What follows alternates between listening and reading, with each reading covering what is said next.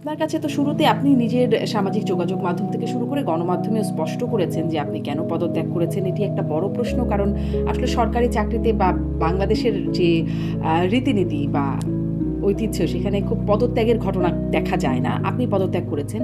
সেই প্রশ্নটা আরও শক্ত হচ্ছে যখন আসলে সরকার মানে সর্বত্রই বা বিভিন্ন জায়গায় সেটি একদম যদি বলি বাংলাদেশ ব্যাংক থেকে বিসিবি, প্রশাসন থেকে পুলিশ সবখানেই বা দুদক, বিশ্ববিদ্যালয় সবখানেই একটা দলীয় নিয়োগ। আগে যারা নিয়োগপ্রাপ্ত ছিলেন তাদেরকে অপসারণ করে দলীয় নিয়োগ দেওয়া হচ্ছে। ফলে এই প্রশ্নটা খুব জোরালোভাবে আসছে যে আপনিও কি আসলে সেরকম কোনো ইঙ্গিত থেকেই সেই পদ থেকে পদত্যাগ করেছেন কিনা? কারণ আপনি পদত্যাগ করার কিছুদিন আগে 5 জন হাই কমিশনার তাদেরকেও তাদের পদ থেকে সরিয়ে দেওয়া হয়েছে। এরকম ঘটনার নজির আছে।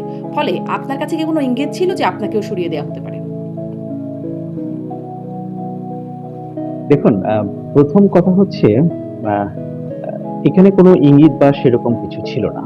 আর দ্বিতীয় কথা হচ্ছে যে এটা একটা চাকরি। এটা মধ্যম সারির একটা সরকারি চাকরি, খুবই মধ্যম সারির একটা সরকারি চাকরি। এটা এমন কোনো বড় পজিশন না যেটার জন্য সরকার আবার আগে থেকেই আমাকে ইঙ্গিত দিবে বা বলবে। এটা হাই কমিশনার পোস্ট না বা অ্যাম্বাসেডরিয়াল পোস্ট না, তার নিচের পোস্ট। এবং আমি যে পোস্টে কাজ করতাম এটা একটা যুগ্ম সচিব পদমর্যাদার একটা পোস্ট। বাংলাদেশে আপনি বুঝতেই পারেন যে যুগ্ম সচিব পদমর্যাদার মনে হয় কয়েক হাজার ব্যক্তি থাকতে পারেন। আর it's high a very commissioner mid কি র্যাঙ্কিং। পদমর্যাদার? একটু জেনে নিই। না, এটা নির্ভর করে যে কোন দেশে। যেমন ব্রিটেনে যিনি হাই কমিশনার ছিলেন, আমি যখন ছিলাম, আবিদা ইসলাম, উনি অতিরিক্ত সচিব ছিলেন, মানে যুগ্ম সচিবের এক স্টেপ উপরে। আবার কখনো কখনো ব্রিটেনে এর আগে অতীতে কিন্তু সচিব পদমর্যাদার হাই কমিশনার ছিলেন, এমনকি মন্ত্রী পদমর্যাদার হাই কমিশনারও ছিলেন। আচ্ছা। না, এটা নির্ভর করেছে কে কার প্রমোশনটা কিভাবে হয়েছে, কাকে সরকার কোন স্ট্যাটাস দিয়েছে তার উপর। তো এই পোস্টটা press minister, it's a very insignificant post in government machineries, very insignificant. এখন কেন যে ব্যাপারটা হঠাৎ করে এত আলোচনার বিষয়বস্তু হয়ে দাঁড়ালো এটা আমি নিজেও বুঝতে পারছি না। ওই যে আপনি মনে হয় আমি পদত্যাগ করেছেন সাধারণত এজন্যই। কেউ তো পদত্যাগ করে না। এজন্যই হয়তো আলোচনার বিষয়বস্তু এবং সময়টাও হয়তো আলোচনার জন্য। জি। হ্যাঁ, এখন হতে পারে, মানে লোকে তো নানা রকম ব্যাখ্যা দাঁড় করাতে পারে। এখন ব্যাখ্যা যদি দাঁড় করাতে কেউ চায়, এটাতে তো কোনো অসুবিধা নাই। যেমন ধরেন, আমি যদি বলি যে 2+2=4, এটা গাণিতিক সূত্র। কেউ যদি বলে যে না, আমি দেখেছি এটা 5ও হয়, সে বলতে পারে। এখন আমি কি তার সঙ্গে তর্কে জিততে পারবো? সম্ভব না। সে মনে করছে যে 2+2=5 হয়। তো ইটস বেটার যে বাংলাদেশে সামাজিক যোগাযোগ মাধ্যমের বিস্তার, ডিজিটাল প্ল্যাটফর্মের উত্থান, সবকিছু মিলিয়ে মানুষ তো নানাভাবে তার মতামত প্রকাশ করে, নানা সন্দেহ পোষণ করে। এবং সন্দেহ পোষণ করার মতো যথেষ্ট কারণ আছে, আমি সেটাকে একেবারে উড়িয়ে দেই না। মানুষ যে অনেক সন্দেহ করে সেখানে হয়তো কিছু ভ্যালিড রিজন, কিছু ব্যাকগ্রাউন্ড তো নিশ্চয়ই থাকে। যেমনটা আপনি সে যেভাবে বলছিলেন যে অনেক জায়গায় সরকার সরিয়ে দিচ্ছে, তাই আমি আগে থেকে সরে গেলাম কিনা। তা আমার সঙ্গে কিন্তু যারা নিয়োগ পেয়েছিলেন তারা কেউই কিন্তু সরে যাননি। জি। কিন্তু আপনি তারা বলছিলেন যে কিন্তু এটা একটা এখনো আছেন। Insignificant post. তো তাই যদি হয় আপনি গেলেন কেন এখানে? অ্যাবসলিউটলি। মানে আপনি তো দেখুন, একটা আমি সিগনিফিকেন্ট যেটা কাজ বলছি, করছেন। এটা একটা চাকরি, হুম। It's a job. ঠিক আছে, আপনি এটাকে একটা জব হিসেবেই ধরেন। আমি একটা জব শেষ করে আমি আরেকটা জবে সুইচ করেছি, দ্যাটস ইট। এটার মধ্যে আর অন্য কোনো বিষয় নাই। আমার কাছে মনে হয়েছিল আমি যখন বিবিসিতে ছিলাম, I was, around, it was around, I was completing around 20 years almost. 19 বছর 4 মাস বা 5 মাস আমি কাজ করেছি। তো আমি আহ, ভাবলাম যে ঠিক আছে, একটা প্রতিষ্ঠানে কাজ করে পুরো জীবন আমি কেটে যাবে, আর কোনো কিছু দেখবো না, বুঝবো না, জানবো না, শিখবো না। তো সেটা, ওই চিন্তা থেকে আমি ভাবলাম যে নতুন আরেকটা জায়গায় জি। আমি কিন্তু তাই যাই। বলে অগুরুত্বপূর্ণ কাজে যাওয়া? এন্ড না, অগুরুত্বপূর্ণ কাজটা তো আমি যাওয়ার পরে দেখলাম। যাওয়ার আই আগে আপনি কি ডিসকভার্ড ইট। বুঝে গিয়েছিলেন? মানে কেন যাচ্ছেন আপনি? আপনাকে কি আচ্ছা, করতে হবে? কি বুঝে গিয়েছিলেন? হ্যাঁ, আমি এটাকে, আপনি যে ভাষায় বলছেন যেটা অগুরুত্বপূর্ণ, কোট আনকোট, অগুরুত্বপূর্ণ আমি একটু হয়তো আমার বাংলা কাছে করলাম মনে হতে পারে বা ইনসিগনিফিকেন্ট আরেকজনের বললেন। কাছে। জি, সেটা হ্যাঁ, বাংলা করলেন। জি। হ্যাঁ, মানে বা অন্য অন্য ইয়েতে মনে হতে পারে। ধরেন আমি হয়তো, হ্যাঁ, ওই ওয়ার্ডটা ব্যবহার না করে আমি এটাকে একটু মানে আরেকটা শব্দ ব্যবহার করি, যে আমি আসলে ওইখানে কমফোর্টেবল না, আমার জন্য স্বস্তিদায়ক না। আমার ধারণা অগুরুত্বপূর্ণ না বলে স্বস্তিদায়ক ব্যাপারটা বললে ভালো হবে, না কমফোর্টেবল, আচ্ছা। এটা more suitable word to describe the whole situation, I guess. তো আমরা জানি যে সেখানে হাই কমিশন গুলোতে বা দূতাবাসগুলোতে কিছু পোস্ট আছে যেগুলো প্রেস রিলেটেড। যেমন ধরেন মিনিস্টার প্রেস, যেটাকে আমরা প্রেস মিনিস্টার বলি, এটা বাংলাদেশের 3টে জায়গায় আছে। এক হচ্ছে দিল্লি, লন্ডন এবং ওয়াশিংটন। এই 3টে জায়গায় অন্য কোনো হাই কমিশনে কিন্তু বা এমবাসিতে কিন্তু এই পোস্ট নেই, প্রেস মিনিস্টার নেই। যেমন ফার্স্ট সেক্রেটারি প্রেস আছে, তার আরো 1 ধাপ বা 2 ধাপ নিচে।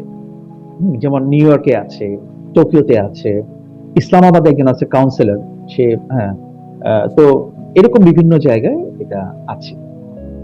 তো আমার কাছে যেটা মনে হয়েছিল যে আফটার 5 অগস্ট আমরা যেহেতু অনেক ক্ষেত্রে অনেক কিছু পরিবর্তনের কথা আমরা বলেছি, শুনেছি, বা হবে সম্ভাব্য এরকম একটা ধারণা করেছি।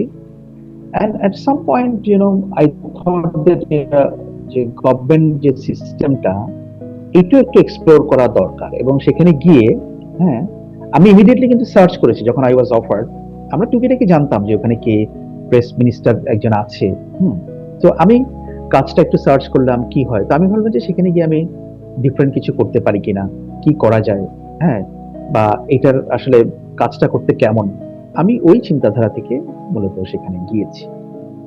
আচ্ছা, আপনার মানে আপনি তো এর আগেও দু একটা গণমাধ্যমে কথা বলেছেন, আমি শুনছিলাম। আপনি আমার এখানে বললেন প্রথমে, মানে আপনি অবশ্য পরে কারেকশন করে বললেন আপনার জন্য স্বস্তিদায়ক না, অগুরুত্বপূর্ণ থেকে স্বস্তিদায়ক না বলেন, বা বিভিন্ন জায়গায় আমি আপনাকে যতটুকু শুনছিলাম আপনি বলছেন যে খুব একটা কাজ আপনি এরকম দেখেন নাই, বা খুব তেমন কোনো কাজ নাই এখানে। আমি কি আপনাকে এই প্রশ্নটা করতে পারি যে এইরকম কাজ নেই এরকম একটা পোস্টের জন্য কেমন বেতন থাকে, সরকার কেমন বেতন দেয়?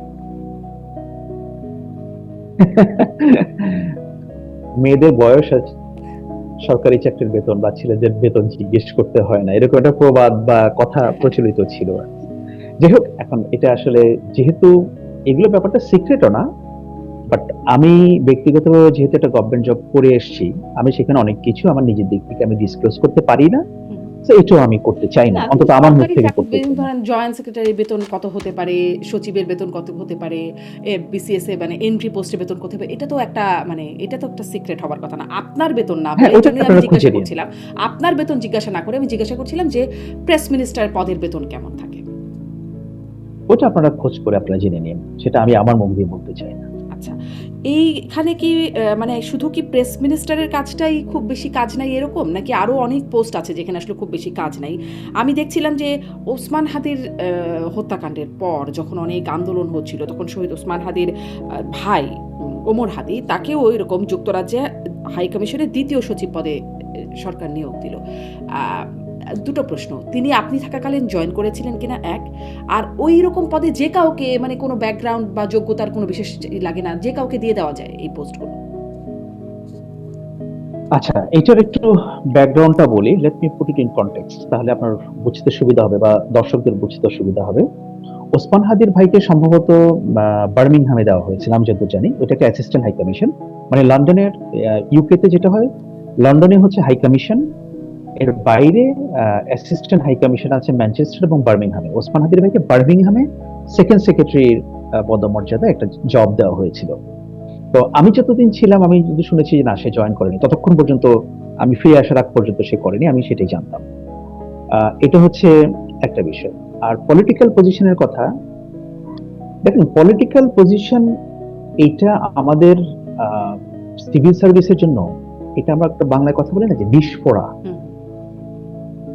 আমি ওই শব্দটাই ব্যবহার করতে চাই। কারণ বাংলাদেশের স্বাধীনতার পরে যখন এই ব্যাপারটাকে চালু করা হয়েছিল যে সরকারি চাকরিতে আপনার বাইরে থেকে চুক্তিভিত্তিক লোকনিয়োগ দিতে হবে, দেওয়া যাবে, ঠিক আছে, সরকারি বিভিন্ন পজিশনে। তো হাই কমিশন বা পররাষ্ট্র মন্ত্রণালয়ে কিন্তু এর ব্যতিক্রম না, সেখানেও দেওয়া হয়। ইনিশিয়াল আইডিয়া যেটা ছিল, আমি একটু বিভিন্ন জায়গায় খোঁজ খবর করে একটু অল্প পড়াশোনা করে জানতে পেরেছি যে তৎকালীন সরকারগুলো ভেবেছিল যে প্রাইভেট সেক্টর থেকে বা অন্য জায়গা থেকে, যেমন ধরুন বিশ্ববিদ্যালয়ের শিক্ষক, সাংবাদিক, বিভিন্ন শ্রেণী পেশার লোকরা যদি সরকারি চাকরিতে একটা চুক্তিভিত্তিক আসেন, তারা তাদের নলেজটাকে এখানে কাজে লাগাতে পারবেন, এবং একই সঙ্গে যারা গভর্নমেন্ট জব করছেন তাদের সঙ্গে ওনাদের একটা ইন্টারাকশন হবে, সিস্টেমটা বুঝতে পারস্পরিক সহায়তা করবে। দ্যাট ওয়াজ দ্য আইডিয়া, তাই না? মানে অনেক ব্যক্তি আছে, তারা হয়তো নর্মাল সিভিল সার্ভিসের জন্য তারা যেতে চান না, তারা অ্যাপ্লাই করতে চান না, বাট গভর্নমেন্ট তার এক্সপার্টিসটা নিতে চায়। রাষ্ট্র মনে করে যে ওনাকে আনলে পরে আমার একটা গভর্নমেন্ট সিস্টেমের সুবিধা হবে। আইডিয়াটা কিন্তু মন্দ না, it's a very good idea. আপনি যে দেশে থাকেন আমেরিকায়, ওখানেও কিন্তু এই সিস্টেমটা চালু আছে বিভিন্ন জায়গায় বিভিন্ন ক্ষেত্রে। তো বাংলাদেশে এটা চালু ছিল। সমস্যা হচ্ছে ওভার দি ইয়ার্স আমাদের এই চুক্তিভিত্তিক নিয়োগগুলো অ্যাবসলিউটলি পলিটিক্যাল হয়ে দাঁড়িয়েছে। অর্থাৎ সরকারগুলো মনে করতো যে যে আমার বেশি অনুগত, যে অনেক বেশি রাজনীতি করবে, আমার তাকে এই জায়গায় একটা পুরস্কার দিতে হবে। তো প্রবলেমটা কিন্তু ওখানে, প্রবলেমটা কিন্তু চুক্তিভিত্তিক নিয়োগে বাইরে থেকে লোক আনা না। যেমন আপনি তো আমাকে যেটা বললেন যে ওইখানে আরো বাইরে থেকে যারা লোক হয়, আপনি খবর নিয়ে দেখবেন যে নিউ ইয়র্কে, ওয়াশিংটনে, লন্ডনে বা অন্যান্য মিশনগুলোতে কত বাইরের লোক, মানে চুক্তিভিত্তিক লোক নিয়োগ করতো। আমি শুনে এসেছি লন্ডন মিশনে, সেখানে বিগত সরকারের সময় কাজ করত, তাদের কয়েকজনকে পোস্ট করা হয়েছিল যাদের কোনো no work, nothing, nothing, no job, no task. তো এটা তো হচ্ছে, আমি এটা একটা এক্সাম্পল দিলাম, আমি সেখানে যেটা শুনেছি সেটা বললাম আর কি। তো এমনিতেই আমাদের সরকার হচ্ছে খুবই মাথা ভারী সরকার, আমাদের প্রশাসন বা রাষ্ট্র, যে আপনি দেখবেন যে অনেক অনেক সরকারি কর্মকর্তা কর্মচারী, কিন্তু আমাদের আদতে সার্ভিস ডেলিভারিটা কি? আমাদের যে পরিমাণ লোকবল আছে সে পরিমাণ আমরা সার্ভিস ডেলিভারি করছি কিনা, এই প্রশ্ন তো জনগণের দিক থেকে কিন্তু সবসময় আমরা তো সবসময় তাই শুনি নয় কি? জনবল সংকটের সবসময় কথা। থাকে। আমরা তো শুনি শুধু জনবল সংকটের কথা। পুলিশে কাজ হচ্ছে না কেন? জনবল সংকট। এখানে জনবল সংকট, বিভিন্ন জায়গায় শুধু জনবল সংকটের। দুদক কেন পারছে না? কারণ দুদকের এত জনবল নাই। মানে বিভিন্ন জায়গার ক্ষেত্রে আমি বলছি আর কি, সবখানে শুনি জনবল সংকট। আর এখানে জনবল লাগবে না, শুধু শুধু কোনো এক্সপার্টাইজেরও দরকার নাই, কাজও নাই, তবুও তো শুধু শুধু মানে জনবল নিয়োগ। এটা নির্ভর করে আসলে সার্ভিসটা কি ধরনের সার্ভিস। এমন অনেক সার্ভিস আছে যেগুলো খুবই পিপল ওরিয়েন্টেড, যেখানে আপনার লোকের অনেক প্রয়োজন আছে। যেমন ধরেন বাংলাদেশে পুলিশের সংকট আছে, এটাতে কোনো তো সন্দেহ নেই, কারণ পুলিশ হচ্ছে ডে টু ডে অ্যাফেয়ার্স তারা ডিল করে।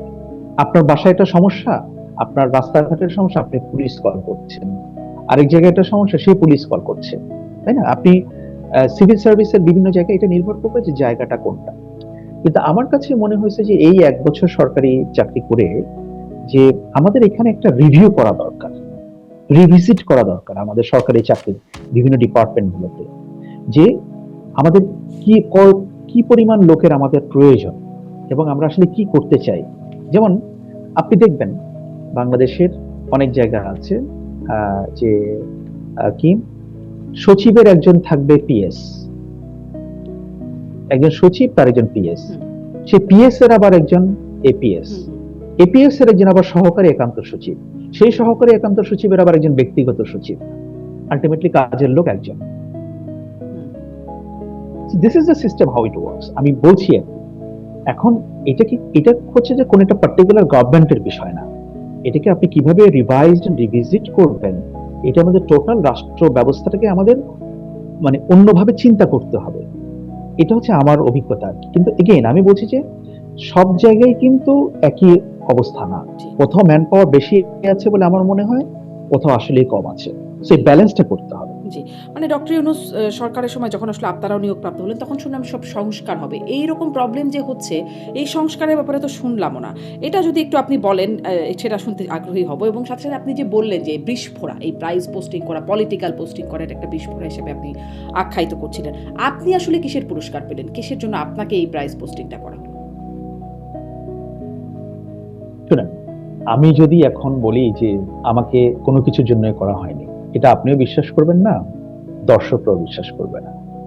আমি একটা কথা সবসময় বলি যে ধর্মের কল বাতাসে নয়, এটা প্রবাদ আছে না, এটা আমি বিশ্বাস করি। অর্থাৎ যা কিছু সত্য সেটা আপনা আপনি প্রকাশ হয়, এটা কাউকে প্রকাশ করতে হয়। আপনি যতই জোর দিয়ে বলেন যে না ভাই আমি তো এটা চাই নাই, বা এটা আমার কোনো পুরস্কার না, আমি বলবো হ্যাঁ, এটা যার বিশ্বাস করার দরকার সে করবে, যার বিশ্বাস করার দরকার নাই সে করবে না। এখন যেহেতু আপনি আমাকে প্রশ্নটা করছেন, আমি ধর্মের কল বাতাসে নড়ে সেই হাতে না দিয়ে নিজে একটু ব্যাখ্যা দিই, তাহলে হয়তো আমার ধারণা দর্শকদের। দেখুন, আমি তো একটা জব করতাম, মানে আই ওয়াজ নট আনএমপ্লয়েড, এবং আমি একটা ভালো জবই করতাম, গুরুত্বপূর্ণ কাজ। এন্ড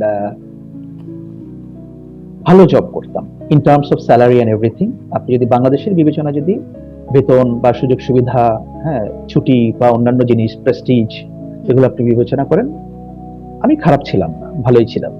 এবং আমার চাকরিটা কিন্তু কোনো কন্ট্রাকচুয়াল জবও ছিল না যে আমি 1 বছর 6 মাস কাজ, আমি সেখানে 19 বছর 4 মাস কাজ করেছি।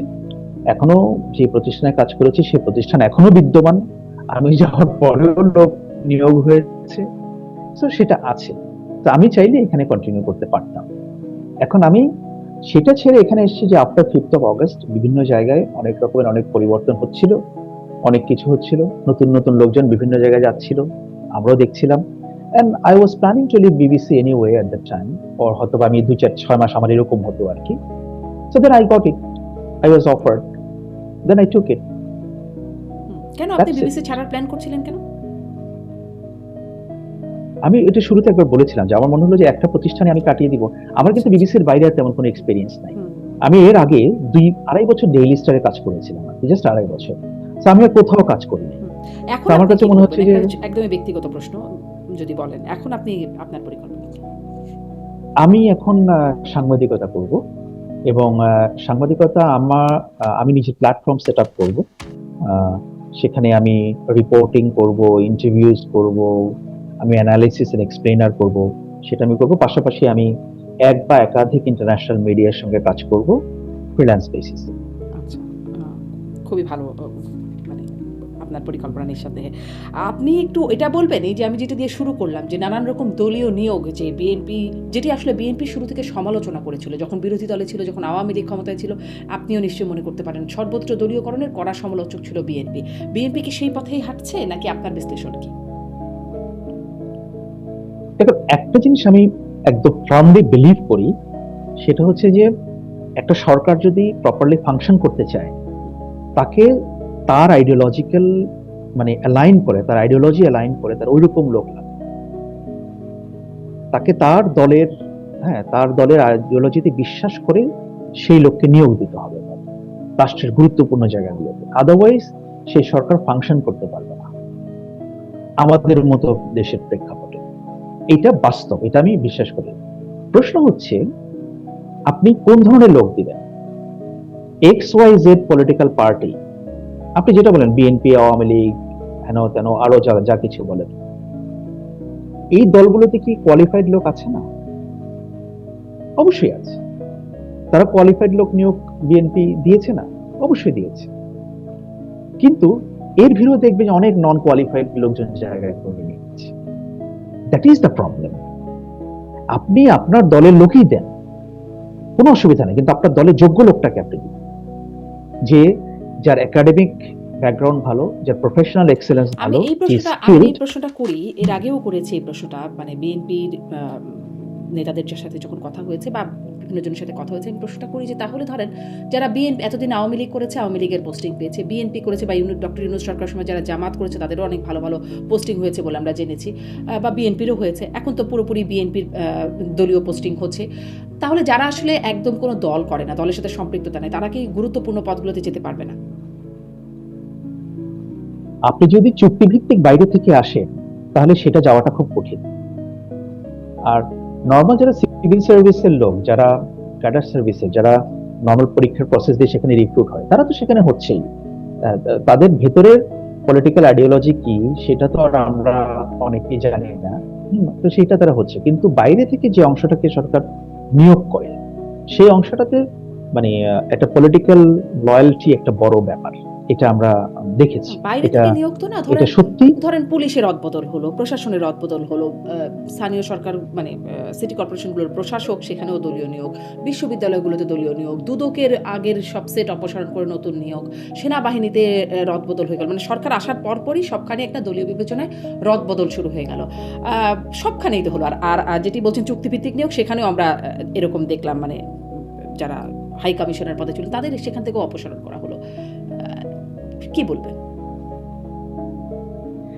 দেখো, এইটার জবাব আমি দিতে পারবো না, because I am not a spokesperson to the government. না, আমি আসলে এটার জবাব চাইছি। এটা আমার জন্য দেওয়া কঠিন। একই পথে হাঁটছে। হ্যাঁ, একই পথে হাঁটছে। আমি শুরুতেই বললাম যে যে কোনো পলিটিক্যাল গভর্নমেন্টের জন্য দিস ইজ দ্য চয়েস, তারা এটাই করতে চাইবে, এটা তাহলে তারা কি আওয়ামী করবে। লীগের ওই সময় আমি কেন সমালোচনাটা বলছি ভুল যে ছিল? সেটা মানে আওয়ামী লীগকে নিয়ে যে সমালোচনা সে সর্বোচ্চ না, দলীয় লোকজন দিচ্ছে তারা। শুনেন আমি যেটা বলছি যে আমার পার্সপেক্টিভটা আমি বলছি যে দলীয় লোক দেওয়াটা সমস্যা না, কিন্তু আপনার দলের ভিতর থেকে কোয়ালিফাইড লোকটা, আপনার দল করে যেগুলো বড় দল তাদের তো অসংখ্য লোকজন থাকে না, বিভিন্ন সেক্টরের লোকজন থাকে। আপনি দেখবেন যে যারা প্রকৃত অর্থে মানে করাপ্ট না, বা যাদের প্রফেশনাল এক্সেলেন্স ভালো, একাডেমিক ব্যাকগ্রাউন্ড ভালো, এরকম লোকজন কিন্তু কম আসে। আসে না তা না, কিন্তু তারা পেছনে পড়ে যায়। কারণ যেই লোকটা ধরেন X Y Z political party করে, তার যদি আত্মসম্মান থাকে বা সে যদি মনে করে, সে কিন্তু তার কারো কাছে কোনো কিছু চাইবে না, তাকে খুঁজে বের করতে হবে, তাকে খুঁজে বের করতে হবে, দল তাকে খুঁজে বের করে যে আমার অমুককে দরকার। আপনি হয়তো প্রেসিডেন্ট জিয়াউর রহমানের উদাহরণগুলো দেখবেন যে উনি যখন পলিটিক্সে আসলেন, সরকার নিয়ে নিলেন, উনি কিন্তু খুঁজে খুঁজে লোক বের করেছিলেন। উনি আবু হানা মুস্তাফা কামালকে খুঁজে বের করেছিলেন, সৈয়দ আলী হাসানকে নিয়েছিলেন। হুম, তো উনি এই টাইপের লোকজনকে, উনি সবাইকে বিভিন্ন মত বিভিন্ন পথের লোকজনকে উনি এক জায়গায় এনেছিলেন। কারণ উনি ভেবেছিলেন যে উনি সাইফুর রহমানের মতো লোককে নিয়ে এসেছিলেন। উনি বি চৌধুরীকে এনেছেন, কারণ উনি মনে করেছেন যে আমার কোয়ালিফাইড লোক দরকার, আমার যতটা না, কারণ তখন তো আসলে বিএনপির পলিটিক্যাল আইডিওলজি ওইভাবে গড়ে ওঠে নাই যে যতটা না আমার আইডিওলজিক্যাল ব্যাপার স্যাপার দরকার, তার চেয়ে আমার বেশি কোয়ালিফাইড লোক দরকার রাষ্ট্র পরিচালনার জন্য। And that is the logical approach. কিন্তু যেহেতু এখন এই দলগুলো অনেক বড় দল, তাদের একটা বিশাল সমর্থক গোষ্ঠী আছে, হ্যাঁ, বিভিন্ন সেক্টরে আপনি তাদের লোকজন পাবেন। সো ব্যাপারটা হচ্ছে ওই যে দলীয় লোক হোক, কিন্তু সে যোগ্য লোক। তার মানে সেই লজিক্যাল তাহলে অ্যাপ্রোচ কোনো থেকে এখন কি পলিটিক্যাল অ্যাপ্রোচে চলে গেছে মানে দলগুলো বা সরকারগুলো? সর্ট অফ, এটা এখনকার না, এটা অনেক কয়েক দশক ধরেই এটা চলছে। কারণ আমি আপনাকে একটা উদাহরণ দিতেই, যে দেখেন যে ইন্টারিম গভর্নমেন্ট যখন আসলো লেড বাই প্রফেসর ইউনূস, তাদের তো কোনো পলিটিক্যাল পার্টি নেই, তারা নির্ভর করেছে বিএনপি, জামায়াত বা অন্যদের এই এই রাজনৈতিক দলগুলোর উপরে। তো সেখানে আপনি একটু আগে বলছিলেন যে বিএনপির লোক নিয়োগ পেয়েছে, জামায়াতেরও পেয়েছে, দু চারজন পেয়েছে অন্য, তারা হয়তো ওই অর্থে পলিটিক্যাল না, তাদের হয়তো পলিটিক্যাল আইডিওলজি অত বেশি না। কিন্তু অরিজিনাল গভর্নমেন্ট মেশিনারিজ যেটা সিভিল সার্ভিস, সিভিল বিউরোক্রেসি, তারা কিন্তু সময়ে সময়ে তাদের কালার চেঞ্জ করে। আপনি দেখবেন যে আওয়ামী লীগের সময় সবাই কিন্তু আওয়ামী লীগ ছিল, এখন পাবেন আপনি একজনকে আওয়ামী লীগ খুঁজে, হারিকেন দিয়ে খুঁজে একজন আওয়ামী লীগ পাবেন। এখন লোকে হিসাব করে যে আচ্ছা, আমার চাচাতো বোনের, খালাতো বোনের, ফুফাতো ভাইয়ের তালতো ভাই বিএনপি করে। এইভাবে সম্পর্কগুলোকে এখন ডিসকভার করা হচ্ছে, মানে অনেক দূরের ব্যাপার স্যাপার দিয়ে। হুম, তারা এখন বিএনপিতে বন্ধু খুঁজে বের করছে, তারা এখন জামায়াতে বন্ধু খুঁজে বের করছে। এটা আমি দেখে এসেছি, আমি জানি এটা, সেই জন্য বলছি। So, আপনি কিন্তু এখন প্রশাসন আওয়ামী লীগ পাবেন না। হ্যাঁ, তো কিন্তু ছিল তো একসময়, সবাই তো আমরা দেখেছি না আওয়ামী লীগ কি প্রতিযোগিতা, না একেবারে শেষদায় পড়ে থাকতো, তো সেই লোকগুলো কোথায় গেল? মানে তো যারা সাডেনলি আগে দেখবেন কার যে চেয়ে কে বেশি আওয়ামী লীগ সেটা প্রমাণে ব্যস্ত ছিল, এখন কার চেয়ে কে বেশি বিএনপি অ্যাবসলিউটলি, সেরকম একটা প্রমাণে ব্যস্ত। জি, মানে অ্যাবসলিউটলি, একই রকম ধারা অ্যাবসলিউটলি। বহাল আছে বলে বলছেন হ্যাঁ, আপনি। এবং হুম, তার, হ্যাঁ, আমি আরেকটা একটু আমি আরেকটা শেষ জিনিস করেন। বলবো। জি, আমি হ্যাঁ, আরেকটা প্রশ্ন বলছি। হ্যাঁ, এবং যখন সময় পরিবর্তন হয়, কালার পরিবর্তন হতে কিন্তু চেঞ্জ, মানে সময় লাগে না। আপনার যে মুহূর্তে দেখলো যে প্রফেসর ইউনূস অ্যাডামেন্ট হয়ে গেলেন যে ইলেকশন ডিক্লেয়ার করে দিলেন, সেই মুহূর্তে কার্যত ইন্টারিম গভর্নমেন্ট প্রশাসনের উপর তার কর্তৃত্ব হারিয়ে ফেললো, কারণ প্রশাসন বুঝলো যে না, এরা থাকছে না। So this is how it works. তাহলে প্রশাসনে যারা কাজ করে তারা গিরগিটির মতো রং বদলাতে পারে বা বদলায়। আমি শব্দটা মানে একেবারে আপনি যেভাবে চাচা ছোলা ব্যবহার করলেন, আমি হয়তো অতটা চাচা ছোলা করবো না, বাট আমি যা বললাম এখান থেকে আপনি একটু সামারাইজ করতে জি, পারেন। জি। আপনার আপনি যেটি বলেছেন যে কাজ আপনার সেখানে তেমন নাই, আবারও একটু আপনার কাজে যাই প্রেস মিনিস্টার পদে, কিন্তু তারপরেও আমি শুনছিলাম আপনি বলছেন যে বিদেশি মানে সাংবাদিক বা প্রবাসী যারা সাংবাদিক তাদের সাথে আপনাকে কথা বলতে হয়েছে বিভিন্ন বিষয়, আপনি নির্বাচন ইত্যাদি বিষয়ে কথা বলেছেন। আসলে আপনি কি বলেছেন নির্বাচন, বাংলাদেশের নির্বাচন নিয়ে আপনি কি বলেছেন? ডক্টর ইউনূসও যে নির্বাচন আয়োজন করলো আপনাকে সে সম্পর্কে বলতে হয়েছে, কি বলতেন? তারা কি জিজ্ঞাসা করতো আর আপনি কি বলতেন?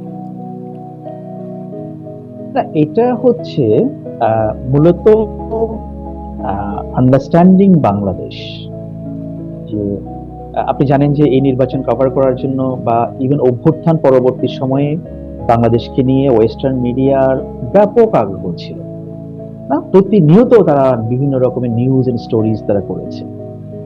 তো আমার যেটা ছিল যে যখন আমি তাদের সঙ্গে মিট করতাম যে এই ইলেকশনটা আমাদের জন্য কেন ইম্পর্টেন্ট এবং এই ইলেকশনের আসলে প্রস এন্ড কনস গুলো কি, ক্যালকুলেশন গুলো কেমন, এখানে বাংলাদেশে অভ্যুত্থান পরবর্তী সময়ের রাজনীতির দিকগুলো কেমন, সেটা কতটা পরিবর্তিত হয়েছে, কোন দিকে ঝুঁকেছে, কি ধরনের সেখানে চেঞ্জ আসতেছে বা সম্ভাব্য, আমি তখনকার কথা বলছি, বা আসতে পারে। তো এইসব বিষয় নিয়ে মূলত তাদের সঙ্গে কথা হতো। তো আমি অনেকের সঙ্গে পার্সোনালি মিট করতাম আরো, এবং আর ওনাদের তো ব্যক্তিগত, ওনাদের আবার কিছু যখন বাংলাদেশ নিয়ে তারা অনেক কিছু রিপোর্ট করতেন, তখন ওনারা হয়তো কোনো একটা কমেন্ট, কোনো একটা ইন্টারভিউজ, কোনো কাউকে কানেক্ট করিয়ে দেওয়া, এই বিষয়গুলো ওনারা জানতে চাইতেন। But that was not day to day. এই যে আপনি আন্ডারস্ট্যান্ডিং বাংলাদেশ এই বিষয়ে মানে এর জন্য আপনি কথা বলতেন, তো ধরেন বা নির্বাচন প্রসঙ্গে যখন ডক্টর ইউনূস লন্ডনে গিয়ে চ্যাথাম হাউসে বলে আসলেন যে বাংলাদেশের মানুষ তো আসলে টাকার বিনিময়ে ভোট দেয়, তারা উচ্চ কক্ষ নিম্ন কক্ষ এত কিছু বোঝে না, মানে এই বিষয়টা আপনি কিভাবে ব্যাখ্যা করেছিলেন যে আসলে আমাদের নির্বাচনের অবস্থা, আমাদের মানুষের এই অবস্থা? আপনি কি এই জন্য কোনো প্রশ্নের সম্মুখীন হয়েছেন? না, আমাকে এই ব্যাপারে কেউ কখনো জিজ্ঞেস করে। হ্যাঁ, আপনি এটার জন্য আপনার কি কোনো ব্যাখ্যা আছে যে ডক্টর ইউনূস চ্যাথাম হাউসে গিয়ে কথা বলে আসলেন যে আমাদের দেশের মানুষের টাকার বিনিময়ে ভোট দেয়? এখন এটা হয়তো ওনার আন্ডারস্ট্যান্ডিং, উনি বলেছেন। হ্যাঁ, উনি হয়তো উনি বিষয়টাকে এইভাবে দেখেছেন। হ্যাঁ, এটার মধ্যে কিছু সত্য আছে। হ্যাঁ, হয়তোবা পুরো কিছু কিছু ফ্যাক্টও আছে, কিছু ফ্যাক্ট নাই, এরকমও হতে পারে।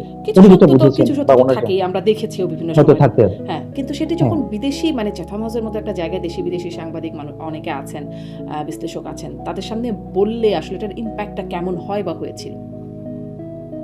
এটার কোনো ইম্প্যাক্ট হয়নি। আমি কোনো ইম্প্যাক্ট দেখিনি। আমি কোনো I never faced any question from anyone, never. একটা কোয়েশ্চেন ডক্টর ইউনূস বিদেশি গণমাধ্যমে যখন সাক্ষাৎকার দিতেন তখন তিনি মুখোমুখি হতেন যে আওয়ামী লীগ যে নির্বাচনে অংশগ্রহণ করতে পারে না, আওয়ামী লীগ নিষিদ্ধের বিষয়টাতে, এটা নিয়ে আপনি কোনো ব্যাখ্যা দিতে হয়েছে বা ব্যাখ্যা দিয়েছেন? না, আমার তো আসলে ব্যাখ্যাটা ওরকম না। এটার ব্যাখ্যাগুলো তো ডিপ্লোম্যাটিক ব্যাখ্যা। সেখানে হাই কমিশনার বা ডিপ্লোম্যাটিক উইং যারা আছে তারা বিভিন্ন ফোরামে যেতেন, স্পেশালি হাই কমিশনার। হ্যাঁ, আমার তো সেই রোল ছিল না। মানে আমি তো কোনো ডিপ্লোম্যাটিক ফোরামে গিয়ে আমি সেটা করতাম বা এটা আমার দায়িত্বের মধ্যে ছিল না। মানে আমার পোস্টটা তো ফুললি ডিপ্লোম্যাটিক পোস্ট ছিল না। আমার ইন্টারাকশনটা ছিল মোর অর লেস মিডিয়ার সঙ্গে, মানে স্পেশাল অন মিডিয়ার সঙ্গে আর কি। কারণ সেখানে আপনি জানেন যে যেহেতু আমি একটা ব্রিটিশ বেসড একটা মিডিয়াতে কাজ করেছি দীর্ঘ সময়, আমার কিছু পরিচিত লোকজন সেখানে আছে, তাদের আবার বন্ধু বান্ধবরা আছে বিভিন্ন জায়গায়। তো এইভাবে একটা কানেকশন আর কি। হ্যাঁ, তারা আমাকে বিভিন্ন জায়গায় নিয়ে যেতেন, আমার পুরনো সহকর্মীরা আছেন সেখানে। হ্যাঁ, তো সেই সূত্রে আমি অনেকের সঙ্গে মিট করতাম, অনেকের সঙ্গে আমার নতুন ভাবে পরিচয় হয়েছে, কারোর সঙ্গে আমার পুরনো ভাবে পরিচিত ছিল, তারা আবার আমাকে অন্য আরেকজনের সঙ্গে পরিচয় করে দিয়েছে। তো ব্যাপারগুলো ওরকম আর কি। আমার যে ইন্টারাকশন এটা কিন্তু অ্যাবসলিউটলি ইনফর্মাল, এটা কিন্তু কোনো ফর্মাল কাঠামো না। হ্যাঁ, হয়তো আমি বসছি, আমি একজন জার্নালিস্টের সঙ্গে মিট করলাম, তার সঙ্গে সে আমার কাছে জানতে চালাচ্ছে বাংলাদেশে কি হচ্ছে বলতো, তা একটু কফি খেতে খেতে তার সঙ্গে আড্ডা মারা, বা কেউ একজন হাই কমিশনে আসলো, পোস্টটা খুব লুক্রেটিভ, কফি খাবো, একটু গল্প করব, এর জন্য একটা ভালো টাকাও পাওয়া যাবে বা একটা প্রেস্টিজে পাওয়া যাবে, ভালোই তো। শুনতে মন্দ না। হ্যাঁ, শুনতে মন্দ না, মানে শুনতে খারাপ না। জি, ওইটা ডিসএগ্রি করার কোনো কারণ নাই। আচ্ছা, আপনি সাংবাদিক হিসেবেও মানে যেহেতু আপনি একজন মানে যেটি শুরুতেও বলছেন বিবিসি সাংবাদিক এবং গুরুত্বপূর্ণ কাজ করতেন আপনি, আপনার নিজস্ব বিশ্লেষণ আছে এটির জন্য আসলে যে আওয়ামী লীগকে নির্বাচন করতে দেয়া হলো না, এটির জন্য আন্তর্জাতিকভাবে এটির ইম্প্যাক্টটা কেমন হয়েছে, মানে এটি নিয়ে কথাবার্তা কেমন হয়েছে, বিদেশি সাংবাদিক বলি বা আন্তর্জাতিক মহল এটিকে কিভাবে দেখেছে, আপনার কি বিশ্লেষণ? ইন্টারন্যাশনাল মিডিয়াতে এই প্রশ্নটা করেছে, মানে তারা তো যে আওয়ামী লীগ নির্বাচনে নেই এই প্রশ্নটা এটা যে কেউই করবে। যে প্রশ্নটা কেউ করেনি এই কথা বললে তো এটা ভুল বলা হবে। অবশ্যই বলেছে। এখন সেই বলার প্রেক্ষাপটে এগুলোকে এক্সপ্লেইনও করা, যারা জানতে চেয়েছে, হ্যাঁ, যে কোন প্রেক্ষাপটে কিভাবে আওয়ামী লীগকে তাদের অ্যাক্টিভিটিকে নিষিদ্ধ করা হয়েছে। হুম তো এইগুলোকে ব্যাখ্যা করা হয়েছে। তারা অনেক ক্ষেত্রে কনভিন্সড হয়েছে, হয়তো কোনো কোনো ক্ষেত্রে তারা আরো ফার্দার কোয়েরি করেছে হয়তো মানে, কারণ অবভিয়াসলি দেখেন, আমি যেহেতু মানে সরকারি জব করতাম, তারা জানে যে দিস ইজ সরকার, এটা গভর্নমেন্ট ভার্সন, এর বাইরেও আরো ভার্সন আছে। আপনার ভার্সনটা কি? আপনি একজন বিশ্লেষক, আপনি নিজেও একজন সাংবাদিক, সেখান থেকে আপনার ভার্সনটা, এখন তো আর সরকারি চাকরি করছেন, কোন বিষয়ে? মানে এই যে আওয়ামী লীগকে নিষিদ্ধ করে, মানে তার রাজনৈতিক কর্মকাণ্ড নিষিদ্ধ করে তাকে যে নির্বাচন করতে দেওয়া হলো না দলটিকে। দেখুন, এখন এটা তো একটা মানে মূল বিষয়টা তো হচ্ছে যে এখানে একটা বিচার কাজ আওয়ামী লীগের চলছে, মানে তাদের নেতাদেরও বিচার কাজ চলছে, এবং দল হিসেবে সেখানে আওয়ামী লীগ কি রোল প্লে করেছে সেটাও ডিটারমিন করার এখানে প্রশ্ন আছে। আর যেহেতু 5ই অগস্ট হয়েছে, খুব বেশি দিন হয়নি, বাংলাদেশে বহু মানুষের হত্যাকাণ্ড হয়েছে সেই সময়টাতে, এবং বাংলাদেশে একটা anti Awami League sentiment was running very high. তো এই বিষয়গুলো এখানে কাজ করেছে আর কি। এখন এটা ভালো কি মন্দ সেই ডিবেটে এটা ক্লিয়ার কাট কোনো অ্যান্সার নেই, মানে রাজনীতিতে কখনো ক্লিয়ার কাট অ্যান্সার হয় না। যে জিনিসটা একসময় আমাদের কাছে মনে হবে যে আজকের দিনে ভুল, সেটা 20 বছর পরে আমাদের কাছে মনে হতে পারে যে না, এটাই সঠিক। সেরকম বাস্তবতা তো তৈরি হয়। এখন আমি যেটা বলতে চাচ্ছি যে যখন ঘাটা অনেক দগদগে থাকে, বিচার কাজ, আওয়ামী লীগের ফিরে আসার চেষ্টা বা ফিরে না আসার চেষ্টা বা দূর থেকে অপারেট করার চেষ্টা, তো এই বিষয়গুলো সবকিছুই এখানে ফাংশন করেছে আর কি, একটা রোল প্লে করেছে। এখন আপনি যদি আমার কাছে জানতে চান যে এটা ভালো হয়েছে কি খারাপ হয়েছে, এটার এক কথায় উত্তর আমার কাছে নাই। আমি হ্যাঁ বা না দিয়ে এটার উত্তর আমি দিতে পারবো না। কিন্তু মানে মানুষ যেমন বা বাংলাদেশের জনগণ গণ অভ্যুত্থান করে এই দলটিকে বিতাড়িত করতে পেরেছে রীতিমতো, সেই মানুষ কি ভোটের মাঠে বা ভোট দিয়ে তাদেরকে প্রত্যাখ্যান করতে পারতো না? মানে সেই নাকি ডক্টর ইউনূস যেমনটি বললেন যে মানুষ তো আসলে ভোট টাকার বিনিময়ে কেনে, ফলে সেই আস্থা মানুষের উপর রাখার প্রয়োজন মনে করেন নাই মানে ডক্টর ইউনূসের সরকার? দেখেন, এটা শুধু ডক্টর ইউনূসের ব্যাপার বলে আমার মনে হয় না। এটা মানে আওয়ামী লীগকে নিষিদ্ধ করার ব্যাপারে বাংলাদেশে এটা more or less political consensus তৈরি হয়েছে। না, কিন্তু বিএনপি আপনি কি কিন্তু এর দেখলেন? বিরোধিতা করেছিল শুরু থেকে, এবং ডক্টর ইউনূস একটা বিদেশি গণমাধ্যম সম্ভবত ফিনান্সিয়াল টাইমসকে দেওয়া সাক্ষাৎকারে তিনি বলেছিলেন যে আচ্ছা যেহেতু একটা বড় দল চায় না, ফলে তারা নিষিদ্ধ, মানে ইউনূস সরকার নিষিদ্ধ করবেন। আচ্ছা, ঠিক আছে, হ্যাঁ, অসুবিধা নেই, সেটা উনি বলেছেন। কিন্তু এখন তো বিএনপি সরকার ক্ষমতায়, এবং আপনি তো দেখলেন যে আওয়ামী লীগের অ্যাক্টিভিটি নিষিদ্ধ করার যে অধ্যাদেশ, এটা সংসদে সর্বসম্মতভাবে পাশ হয়েছে। অলমোস্ট 300-র মধ্যে 300 মনে হয় ভোট দিয়েছে, না 2জন দেননি, বা ওনারা মনে অ্যাবস্টেইন করেছেন, পরে এটা ওই 2জনের ব্যাপারটা জানি না।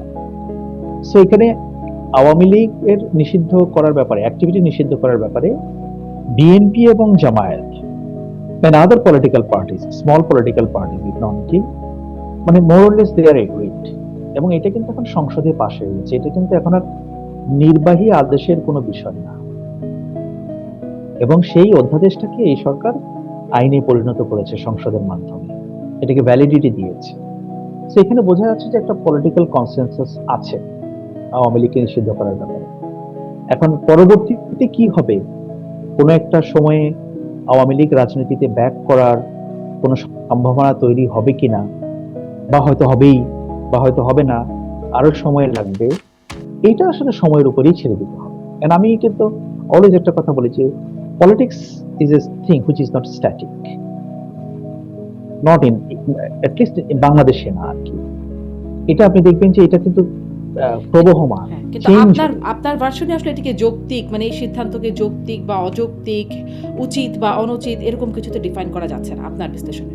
অ্যাজ লং অ্যাজ পার্লামেন্ট এটাকে পাস করেছে, অন্যান্য পলিটিক্যাল পার্টিগুলোর মধ্যে কনসেনসাস আছে, আমি এখনকার প্রেক্ষাপটে বলবো, যেহেতু এটা পার্লামেন্ট পাস করে দিয়েছে, এটাকে আমরা ধরে নিতে পারি। যখন শুধুমাত্র হাসনাত আব্দুল্লাহ গিয়ে যমুনা ঘেরাও করে একরকমের মানে তখন বিশ্লেষকরা বলতেন নাটক মঞ্চস্থ করে, মানে হঠাৎ করে গিয়ে আওয়ামী লীগ নিষিদ্ধ করে ফেলা হলো, এবং সেইটাও ইস্যুটা কি ছিল যে আব্দুল হামিদ দেশের বাইরে গেলেন চিকিৎসা করাতে, সেই একটা মানে খুব ঠাক রোল উঠে, তারপরে আওয়ামী লীগ নিষিদ্ধ হয়ে গেল।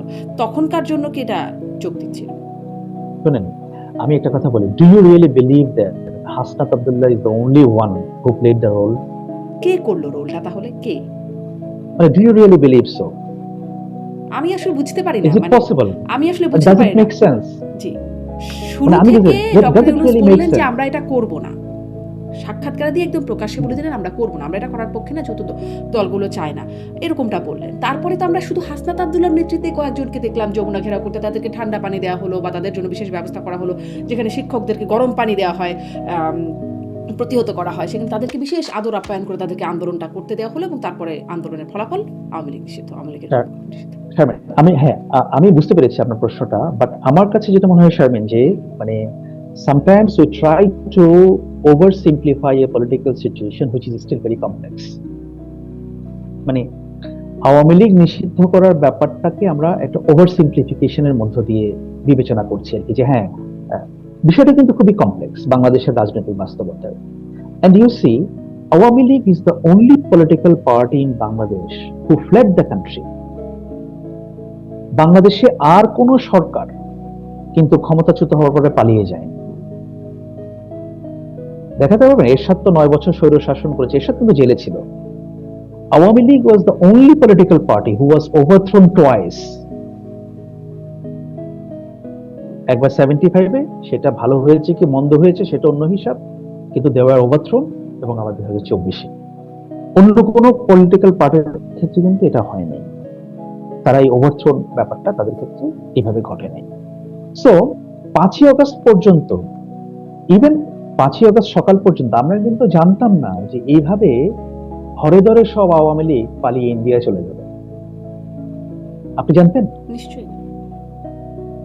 আমরা জানতাম না। আমাদের একটা ধারণা ছিল যে এখানে একটা কনসেনসাস হয়তো হবে, মানে এই government definitely they will step down, এরপরে হয়তো একটা ইন্টারিম গভর্নমেন্ট ফর্ম হবে, সেটা বুঝতেই পারছিলাম। হ্যাঁ, হয়তো একটা ইলেকশন হবে, একটু কিছু পুলিশ কর্মকর্তা বা পলিটিক্যাল লেভেলে যাদের ছিল তাদেরকে হয়তো বিচারের কাঠগড়ায় দাঁড়ানো হতে পারে, কিন্তু একটা ইউনিয়ন পরিষদের চেয়ারম্যান পর্যন্ত পালিয়ে যাবে যারা আওয়ামী লীগ করে, এইটাকে আমরা ভেবেছিলাম?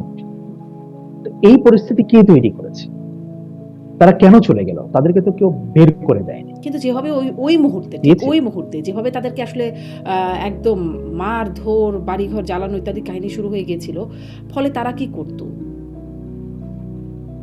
তারা তো দেশে থাকতে পারতো, দেশে তো থাকতে পারতো, কেন পারতো না? মানে অনেককে যেভাবে টেনে হিচড়ে মারধরের ঘটনা দেখলাম, তাতে কি আসলে তাদের আর যদি সাহস হতো? হ্যাঁ, কারণ আওয়ামী লীগ তো দাবি করে যে তাদের একটা সাবস্টেনশিয়াল নাম্বার অফ পাবলিক সাপোর্ট তাদের আছে, দে ক্লেম। যদি তাদের ক্লেম সত্যি হয়, আমি তাদেরকে বলি, তাদের ক্লেম যদি সত্যি হয়, তাহলে দে শুড হ্যাভ স্টেড, তারা থাকতে পারতো। আর যেহেতু তারা থাকতে পারে না, তার মানে তাদের সেই সমর্থন নেই। তো যেই পলিটিক্যাল পার্টি দেশে থাকার সাহস করে না, because they think they don't have public support, তারা ইন্ডিয়া থেকে যত কথাই বলুক, তাদের যদি পাবলিক সাপোর্ট থাকতো তারা বাংলাদেশে এসে কথা বলতো। আজকে আসক্ত দেখে আওয়ামী লীগের লোকজন যে না আমরা চলে যাবো, জেলে থাকবে, অসুবিধা কি? আর এসে জেল খাটবে, হোক না। বিএনপি লোকজন জেল খাটে না নিশ্চয়ই, কিন্তু সেই সাহসটা কি তারা দেখাতে পারবে? কারণ তারা জানে তারা আসলে শুধু তারা জেলেই খাটবে, তাদের জন্য কেউ দাঁড়াবে না। আপনি তো আপনার প্রোগ্রামেই দেখলাম যে একজন আওয়ামী লীগ নেতা, উনি খুব ক্যান্ডিড বেশ কথাবার্তা বলেন। রাশেক রহমান সাহেব মাঝে মধ্যে আপনার শোতে আসেন, এবং ওনার কথাগুলোকে কিন্তু বিবেচনা নেওয়ার মতো। তো উনি অনেক ব্যাখ্যা ওনার দলের কি পরিস্থিতি তা কিছু সেটা দিয়েছেন। তো আমি যেটা বলতে চাই যে, ধরুন হয়তো আমি বলবো যে হ্যাঁ আওয়ামী লীগকে নিষিদ্ধ করা ঠিকই আছে, বা আমি বলবো যে না আওয়ামী লীগকে নিষিদ্ধ করা ঠিক হয়নি।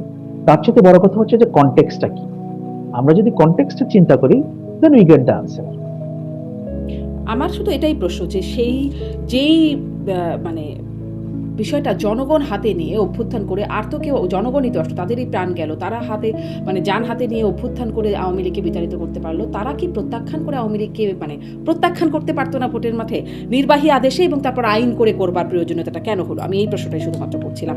এই যে নির্বাচনটা নিয়ে যেটি হয়ে গেল, যেটি নিয়ে আপনারাও হয়তো বিভিন্ন সময় কথা বলেছেন, বিদেশিদের সাথে কথা বলতে হয়েছে, সেটি নিয়ে এখন বিরোধী পক্ষ মানে অতীতে আমরা শুনতাম সূক্ষ্ম কারচুপি, স্থূল কারচুপি, দিনের ভোট রাতের ভোট ইত্যাদি আমি ডামি নানান রকম কথা শুনেছি না, এখন শুনি ইঞ্জিনিয়ারিং, এটা একটা মানে এটাই শুনি যে ইলেকশন ইঞ্জিনিয়ারিং হয়েছে, এবং এজন্য সুনির্দিষ্টভাবে উপদেষ্টাদের দায়ী করা হচ্ছে, কয়েকজন উপদেষ্টাকে দায়ী করা হচ্ছে, এবং সেই লন্ডন বৈঠকটাকে দায়ী করা হচ্ছে। লন্ডন বৈঠকের পরে মোড় ঘুরে গেছে বিরোধী পক্ষের পক্ষ থেকে।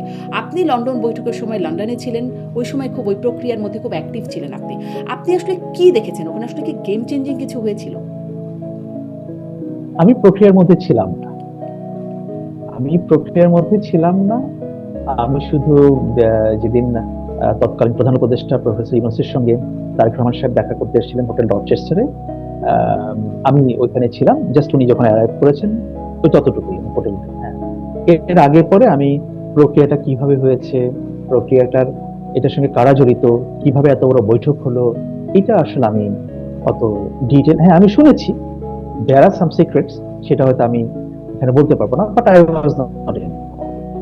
সিক্রেটসটা আসলে সিক্রেটগুলো না বলেন, সিক্রেটগুলো কেমন রকমের সিক্রেট? মানে সেটি কি মানে সেটা সম্পর্কে কোনো ধারণা দেওয়া যায়? আমরা আসলে সেই সিক্রেটটাই জেনে আসছি যে তখন বৈঠকে কি হলো, তখনও আমরা অনেক প্রশ্ন করেছি, কিন্তু উত্তরটা কখনো মেলেনি যে বৈঠকে কি হয়েছে। শুধুমাত্র জেনেছি সন্তোষজনক, দুপক্ষই সন্তুষ্ট হয়েছে বৈঠকে। হ্যাঁ, এটার একটা হচ্ছে কি, এটার একটা দিক হচ্ছে যে যেমন তারেক রহমান সাহেব তো লম্বা সময় ধরে দেশের বাইরে, প্রায় 17-18 বছর ধরে দেশের বাইরে। তো তখন প্রফেসর ইউনূস যখন লন্ডনে গেলেন, উনি বাংলাদেশের চিফ অ্যাডভাইজার হলেন অন্তর্বর্তী সরকারের।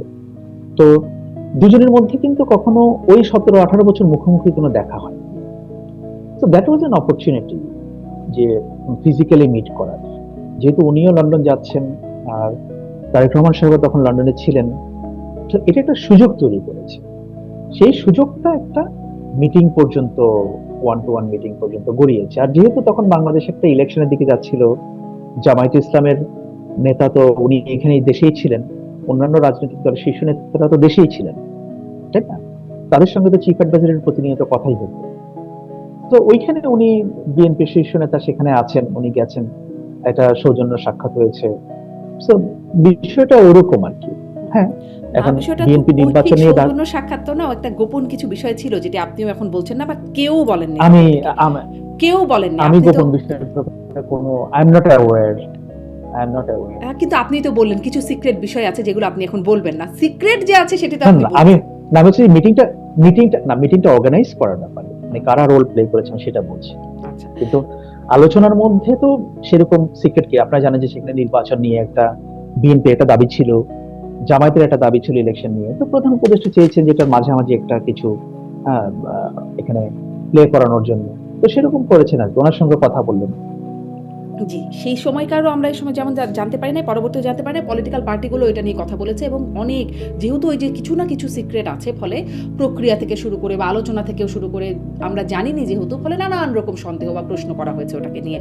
এবং এখন এসে যখন স্থানীয় সরকার প্রতিমন্ত্রী বলছেন যে লন্ডনে গিয়ে ডক্টর ইউনূস ক্যাপ্টেনকে ট্রফি দিয়ে এসেছেন, তখন সেই প্রশ্নটা আবারও বিরোধী পক্ষ করছে জামাতের পক্ষ থেকে। জামাতের আমির সংবাদ সম্মেলন করে বলেছেন যে মানে তাহলে ট্রফি যদি আগে দিয়ে আসে তাহলে নির্বাচনের কি দরকার ছিল? আসলে কেমন ট্রফি নিয়ে আসছে এটা কি আপনার কাছে কোনো ধারণা ছিল? কি ট্রফি মানে, ট্রফি মানে কি আপনি কি বুঝতে পেরেছেন? আমি একদমই কিছু বুঝিনি। আমি দেখলাম ওই দিন পার্লামেন্টে উনি বললেন। তো আমার ধারণা হচ্ছে এগুলো একটা রাজনৈতিক বাগাড়ম্বর আর কি। তো ধরেন এটা হচ্ছে খেলার মতো। আমরা যখন খেলায় জিতে যাই অনেক সময় না, তো খেলার পরে তো আমরা অনেক কিছু নিয়ে আলোচনা করি যে এই পাসটা হলে মানে গোলটা আমি দিতাম, বা আমি দেই নাই বলেই তো, হ্যাঁ, বা আমি দিয়েছি বলেই তো গোলটা হলো।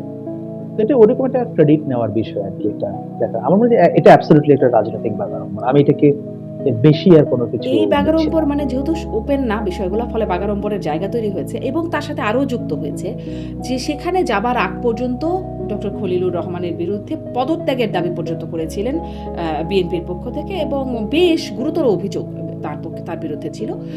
কিন্তু ওই বৈঠকের পরে কি হয়ে গেল, তারপরে আর সেরকম কোনো অভিযোগ বিএনপি তোলে নেই। আর একদম সরকার গঠনের সাথে সাথে প্রথমেই মানে পররাষ্ট্রমন্ত্রী হয়ে গেলেন ডক্টর খলিলুর রহমান। ট্রফির তো কিছু লেনদেন মানে হয়েছে, এরকম সন্দেহ তো হতেই পারে নাকি? সন্দেহ হওয়াটা অযৌক্তিক মনে করেন কিনা? না, সন্দেহ তো চাইলে যে কোনো বিষয়ে করতে পারে, সেই স্বাধীনতা কিন্তু তার সেটা আছে। যৌক্তিকতা আর যে কোনো অযৌক্তিক ব্যাপার আছে, মানে এটাকে যৌক্তিকতা দেখেন কিনা আপনি সন্দেহ করার বা আমি তো প্রশ্নগুলো করার? দেখছি না এখন, আমি তো দেখছি না, তাহলে আপনার কারণ কাছে স্পষ্ট হয় ভোট, ব্যাখ্যাটা কি? না ভোট দিয়েছে এই দেশের জনগণ। হুম। যদি নির্বাচন প্রক্রিয়া নিয়ে কোনো প্রশ্ন থাকতো, যদি নির্বাচন প্রক্রিয়া নিয়ে আন্তর্জাতিকভাবে কোনো প্রশ্ন উঠতো, কিংবা লোকালি দেশের মানুষের যদি প্রশ্ন তুলতো যে না আমি ভোট দিতে গিয়েছিলাম, আমি ভোট পাইনি, আমার ভোট দেওয়া হয়ে গেছে, বা আমি ভোট দিতে চেয়েছিলাম জামায়াতকে, ভোট চলে গেছে বিএনপির বাক্সে, হুম। তাহলে পরে আমি বুঝতাম যে হ্যাঁ এটা মনে হয় লন্ডন মিটিং এ এটা ফিক্স করা হয়ে গেছে। বাস্তবতা তো সেটা না, কিন্তু এই যে ডক্টর খলিলুর রহমান, তাকে তাই না? নিয়ে আপত্তি, তিনি লন্ডন বৈঠকে এবং তিনি পররাষ্ট্রমন্ত্রী। না, আমার ধারণা যে এটা হয়তো বিএনপি ভেবেছেন যে ওনার দৃষ্টিতে মানে ওনাদের মানে বিএনপি শীর্ষ নেতৃত্বের দৃষ্টিতে হয়তো ডক্টর খলিলুর রহমান কেপেবল, সেই জন্য। জি, খুব সহজ ব্যাখ্যা আপনার কাছে। আর আপনি একটু যেহেতু সাংবাদিকতায় ছিলেন এবং আপনি তথ্য মন্ত্রণালয়ে আপনার মানে মন্ত্রণালয় ছিল, আপনি সেই মন্ত্রণালয়ের অধীনেও যখন প্রেস মিনিস্টার ছিলেন কাজ করেছেন। এই যে সাংবাদিকরা যারা আওয়ামীপন্থী সাংবাদিক হিসেবে পরিচিত, দীর্ঘ সময় ধরে ভুয়া মামলায়, হত্যা বা হত্যা চেষ্টা মামলায় গ্রেপ্তার হয়ে কারাগারে আছেন এবং সেখানে ধরেন সিপি যে কমিটি টু প্রোটেক্ট জার্নালিজম, তারা এটার জন্য প্রতিবাদ করেছে, তারা এটার বিরুদ্ধে বলেছে। দেখছিলাম যুক্তরাজ্যেও কমনওয়েলথ জার্নালিজম অ্যাসোসিয়েশনের নেতারা প্রতিবাদ করেছেন, যেখানে বিবিসিরও আপনার মানে সাবেক সাংবাদিক ছিলেন সেখানে শামীম আহমেদ, তিনিও ছিলেন সেই আন্দোলনে। আপনার কাছে এই বিষয়টা গিয়েছে? আপনি কখনো এই বিষয়ে কথা বলতে হয়েছে বা আপনার কি মনে হয়েছে এই বিষয়ে? না, এই বিষয়টা নিয়ে আমার কখনো কথা বলতে হয় নাই, আমার কাছে স্পেসিফিকলি এগুলো নিয়ে সেরকম কেউ জানতে চায় নাই। বাট হ্যাঁ, এই ঘটনাটা তো আছে, এটা তো সত্যি যে ওনারা অনেকেই কারাগারে আছেন। হুম, আহ, কারণ হচ্ছে যে নর্মালি যেটা হয়, এই সংক্রান্ত কোনো প্রশ্নের জন্য যদি কোনো স্পেসিফিক প্রশ্ন থাকতো বা এগুলোর ব্যাপারে কেউ জানতে চাইতো, আমরা এগুলোকে রিডিরেক্ট করে দিতাম। আমি হয়তো অনেককে কানেক্ট করে দিয়েছি যে আপনারা ঢাকার সঙ্গে কথা বলতে পারেন। হুম, এটা অনেক ক্ষেত্রে অনেক সময় চিফ অ্যাডভাইজার্স অফিস এটার ব্যাখ্যা দিয়েছে, বা অনেক সময় আইন মন্ত্রণালয় মানে তৎকালীন তথ্য মন্ত্রণালয় তারাও কিছু কিছু ব্যাখ্যা দিয়েছে। হ্যাঁ, ব্যাপারটা ওইভাবেই হয়েছে কি আর কি। ব্যাখ্যা দিয়েছে? কি ব্যাখ্যা এটা? সেটা তো আপনারা জানেন যে কি ব্যাখ্যা দিয়েছে। না, আমি আসলে হ্যাঁ, জানি যে না কি ব্যাখ্যা। যে তাদের বিরুদ্ধে মামলা আছে, তারা অনেকেই হত্যা মামলায় তারা অভিযুক্ত। হ্যাঁ, তারা এগুলোতে ইনস্টিগেট করেছে। হুম, এই এই এই ব্যাপারগুলো, জি, এগুলোই ব্যাখ্যা দিয়েছে আর আপনি কি একজন আমাদের সাংবাদিক, দেশে। ব্যাখ্যাটা আপনার কাছে গ্রহণযোগ্য হুম। হয়েছে। আপনি সেই সরকারের অংশ হয়েছেন।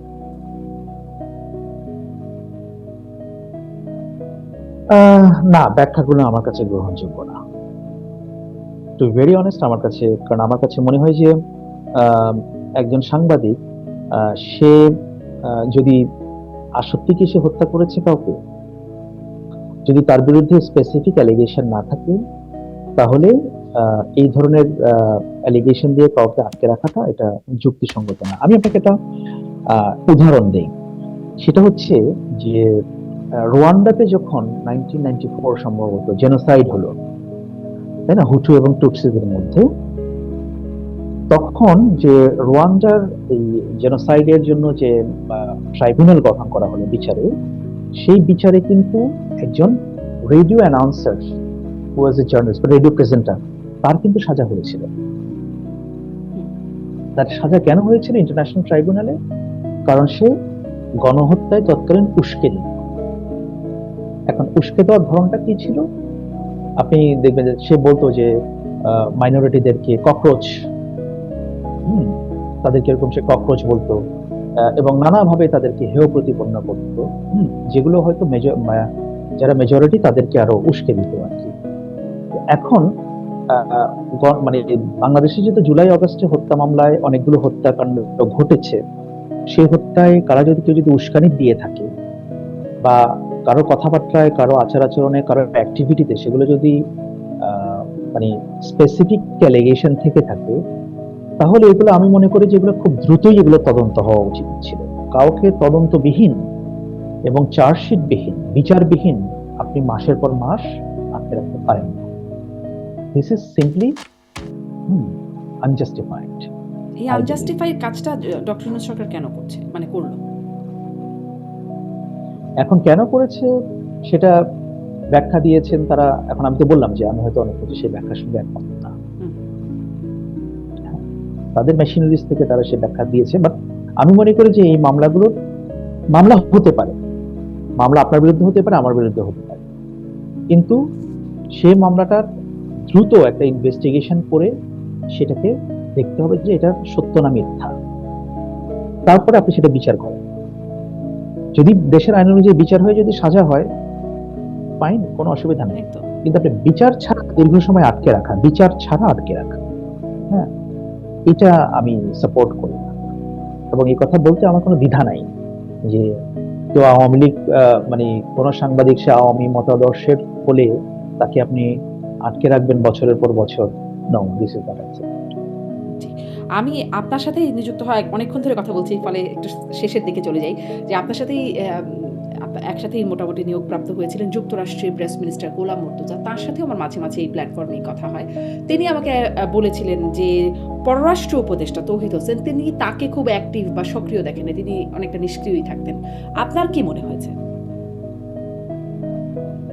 বাট আমার সঙ্গে তো আসলে পররাষ্ট্র উপদেষ্টা সেভাবে ডিল করতে হতো না। হুম। হুম।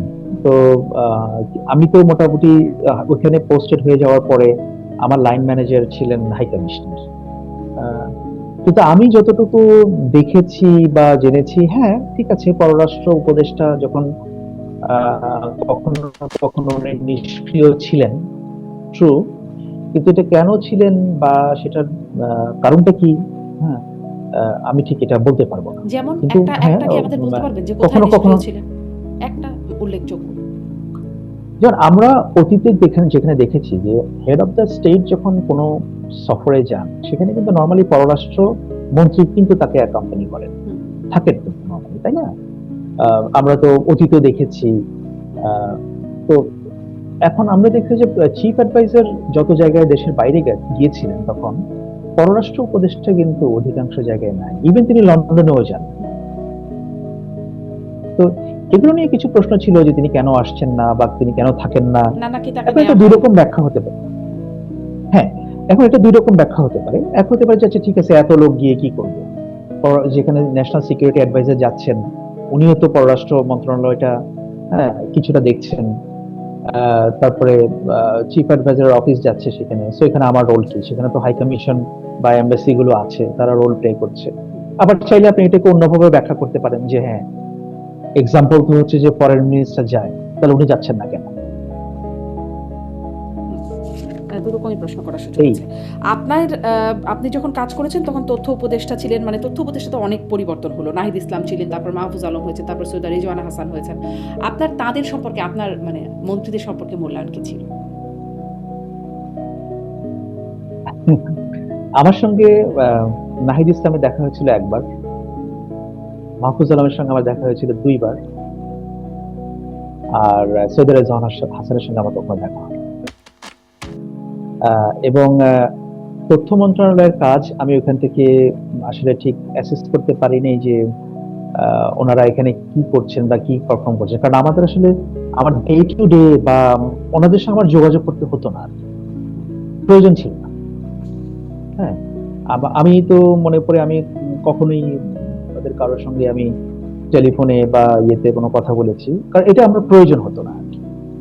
হ্যাঁ, শুধু মাহফুজ আলম সাহেব একবার লন্ডনে গিয়েছিলেন, সেই সফরে যাওয়ার আগে ওনার সঙ্গে আমার এখান থেকে টেলিফোনে কথা হয়েছিল সেই সফরের বিষয়ে। দ্যাটস ইট, এর বাইরে আর কোনো কথা হয়নি। আচ্ছা, পর্যালোচনা যখন জানছি, একটু ডক্টর ইউনূস সম্পর্কে আপনার পর্যালোচনা জানি যে ডক্টর ইউনূস ক্ষমতা নেবার আগে তিনি একরকম মানে তার যোগ্যতা, তার ক্যারিশমা, এটা নিয়ে একটা অবিসংবেদিত কিছু জায়গা ছিল। নোবেল লরিয়েট তিনি, তাকে স্যার বলে সবাই সম্বোধন করেছেন।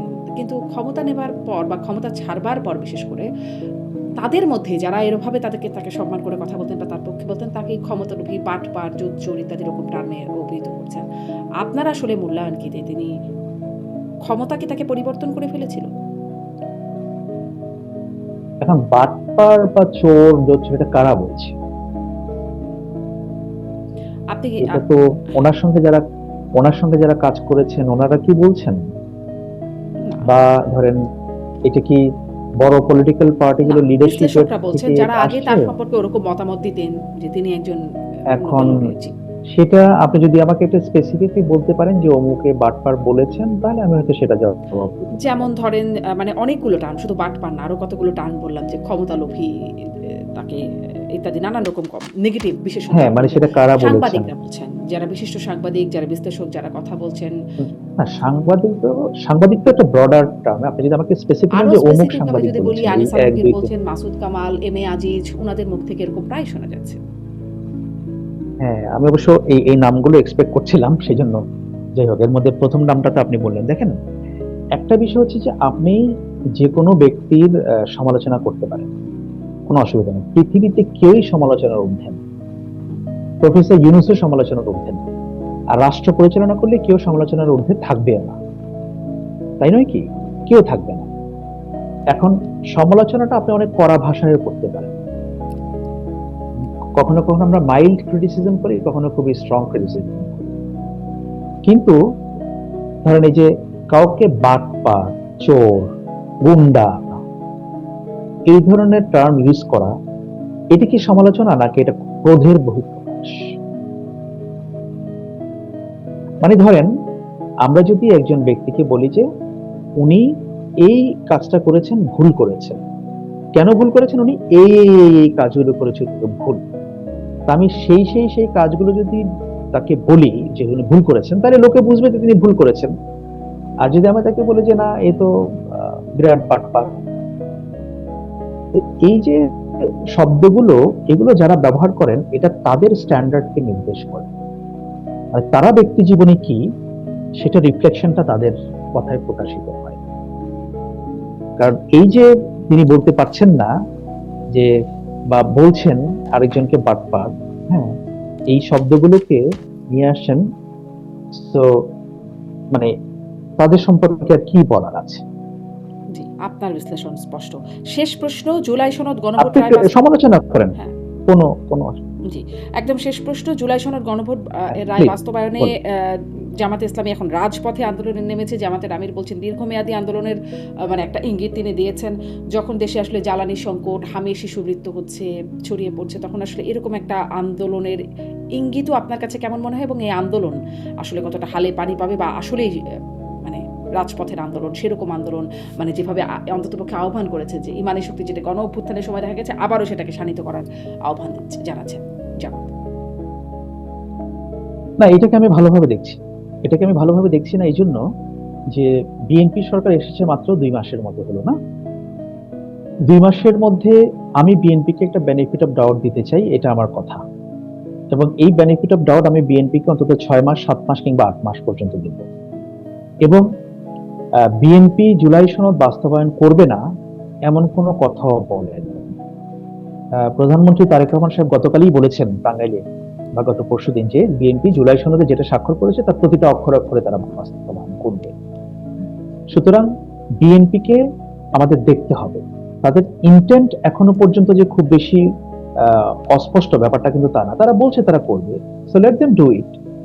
যদি তারা না করে তখন সেটা দেখা যাবে যে সেটা কি করা যেতে পারে। এটা হচ্ছে প্রথম বিষয়। আর দ্বিতীয় বিষয় হচ্ছে যে গত 1-1.5 বছর ধরে জামায়াত বিএনপিকে একেবারে কোণঠাসা করে ফেলেছে। মনে হচ্ছে যে বিএনপি জুলাইয়ের মধ্যে নাই। তো মানে বিএনপিকে জুলাই থেকে বিচ্ছিন্ন করে ফেলা, এই এই আন্দোলনের মধ্যে বিচ্ছিন্ন করে, যে জামায়াত মনে করতেছে যে এই কৃতিত্বটা সবটাই তাদের। তো সবটা কৃতিত্ব তো তাদের না, এখানে বড় রোল বিএনপির ছিল, এই দেশের মানুষের ছিল। আর জামায়াত যখন তাদেরকে বিচ্ছিন্ন করার জন্য দিকে হাঁটছিল নানাভাবে, বিএনপিও সেটাকে বোল্ডলি, এটাকে স্ট্রংলি তারা ডিফেন্ড করে নাই, বা তারা জনগণকে বা মানুষকে বোঝাতে পারে না। এখন তারা বোঝাতে পারুক বা না পারুক, তাদেরকে একটা সার্টেন টাইম দিতে হবে, যে টাইমটার মধ্যে তারা পারফর্ম করবে, এবং তাদেরকে দেখতে হবে, মূল্যায়ন করতে হবে। আর জামায়াত ইসলামী এখন যতই বলুক যে আমরা আম, এই জুলাই সনদ বাস্তবায়ন এটাই তাদের অগ্রাধিকার হয়, এটা নিয়ে আমরা আন্দোলন করব, মানুষ এটা নিয়ে আন্দোলনে নামবে না। জি, জি, স্পষ্ট মানুষ কারণ এটা নিয়ে আন্দোলনে সেই নামবে না। অবস্থানে মানুষ নাই। একদম স্পষ্ট কারণ আপনাদের। মানুষ দেখতে চায়, এবং আমি এটাও আমার শেষ কথা যেটা আমি মনে করি যে লেট দ্য গভর্নমেন্ট ফাংশন। এই সরকার জনগণের ভোটে আসছে, আমরা তাদের অনেকেই সমালোচনা করব, কড়াভাবে সমালোচনা করব, এমন ভাবে সমালোচনা করব যে তাদের হয়তো মেজাজ বিগড়ে যাবে, কিন্তু আমরা তাদেরকে 5 বছর ফাংশন করতে দিতে হবে। তারপর নির্বাচন হবে, যদি আমার তার কোনো কিছু ভালো না লাগে আমি ভোট দিয়ে সরকার পরিবর্তন করব। দেশে অস্থিতিশীলতা বা একটা সরকারকে ডিস্টেবিলাইজ করে আমরা কোনো কিছু অর্জন করতে পারি। আপনার বিশ্লেষণ স্পষ্ট। শেষ প্রশ্ন বলেছিলাম, তারপরে আরেকটা প্রশ্ন মনে পড়লো যে বিরোধী পক্ষের পক্ষ থেকে এখনই একটা মানে সরকার প্রধানকে নিয়ে যে সমালোচনা হচ্ছে যে তারা নির্বাক থাকছে, বিশেষ করে এনসিপি নেতারা বলছেন যে তারা নির্বাক, অনেকে নাম দিচ্ছেন নির্বাক চলচ্চিত্র, মানে তিনি চলচ্চিত্র দেখছেন বা নাটক দেখছেন কিন্তু মানে তিনি নিজে নির্বাক থাকছেন, এটা একটা তার সমালোচনার জায়গা। এবং এই সমালোচনা থেকে এইভাবেও বলছেন যে বেশি বলছেন হচ্ছে সালাউদ্দিন আহমেদ, তার পক্ষে বলছেন সংসদে বা বিল আনছেন তার পক্ষে সালাউদ্দিন আহমেদ, ফলে তাকেই ডিফ্যাক্টো প্রধানমন্ত্রী বলছেন, তারেক রহমানকে বলছেন নমিনাল। আপনি এটা নিয়ে কি বলবেন? বিরোধী দল অনেক কথাই বলবে, এটা তাদের স্ট্র্যাটেজি, ইন এনি ডেমোক্রেসি বিরোধী দল এটাই বলে।